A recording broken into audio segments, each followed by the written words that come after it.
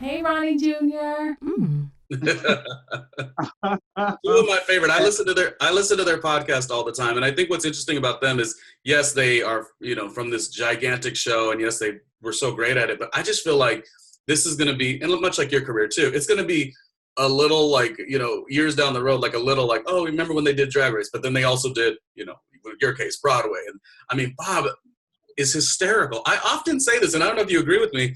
I often say that if they did a winners season of Drag Race, and this is not a knock to anybody, I almost feel like Bob could get at most of those girls. And that's not, I just feel like Bob's personality just seems to be cool as heck. I don't know. Performance-wise, absolutely. And especially considering the fact that the queens are, these days, that most of the looks that the queens give are not made on set. Then definitely Bob is not really a seamstress, a professional seamstress, neither am I. But Bob has it down when it comes to, Bob knows how, has become and learned so much about production, about also obviously performance. I mean, when I first met Bob, first time I ever met Bob was her first day performing in drag. And so she's grown a whole lot.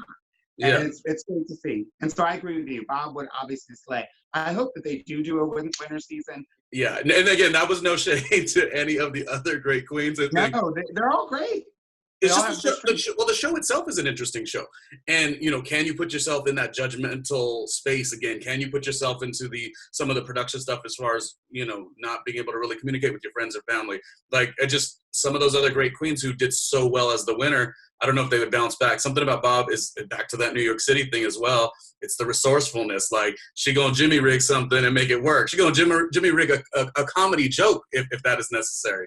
And I love the presence of it. And I always look at Bob as like, oh, wow, I would love to have more of my personality kind of match that. Because, even when I aspire within my radio career and YouTube and stuff of that nature, it's like, Ronnie, don't take yourself so seriously. And I look at somebody like Bob, I listen to Monet Exchange, with sibling rivalry, and I'm like, okay, that's it right there. That's, they're tapping into, let's go, and let's have fun.